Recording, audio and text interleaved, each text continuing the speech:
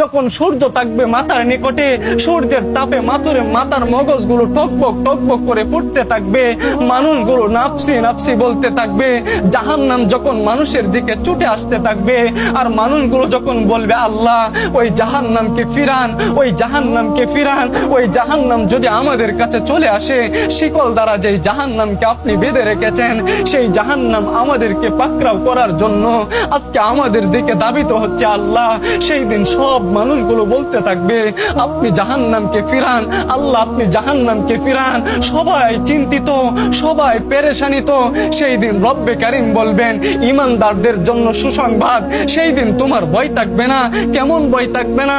জাহান্নামের মধ্যে এমন একটা পানি জাহান্নামের মধ্যে ছিটিয়ে দেওয়া হবে, যেই ফেরেশতা, যেই জাহান্নামের শিকল থাকবে 70,000, এবং এক একটা শিকলের মধ্যে 70,000 ফেরেশতা ধরে টেনে টেনে সেই জাহান্নামকে ধরে রাখতে পারবে না।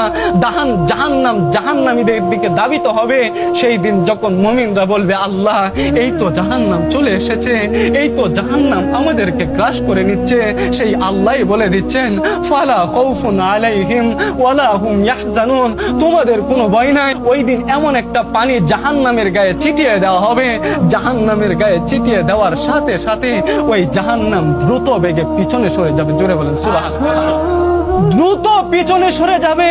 পিছনে সরার সাথে সাথে ওই মুমিন বান্দারা বলবে আল্লাহ এতক্ষণ পর্যন্ত যে জাহান্নামকে 70,000 ফেরেশতা 70,000 শিকলে, এক একটা শিকলের মধ্যে 70,000 ফেরেশতা ধরে রাখতে পারলো না, এমন কি পানি দিলেন যেই পানি পড়ার সাথে সাথে সেই জাহান্নাম পিছনের দিকে দৌড়ায়। ও মাওলা, এটা কি দুনিয়ার কোনো নদীর পানি, নাকি কোনো সমুদ্রের পানি, নাকি আবে হায়াতের পানি, নাকি জমজমের পানি? রব্বে কারীম আপনি বলেন না।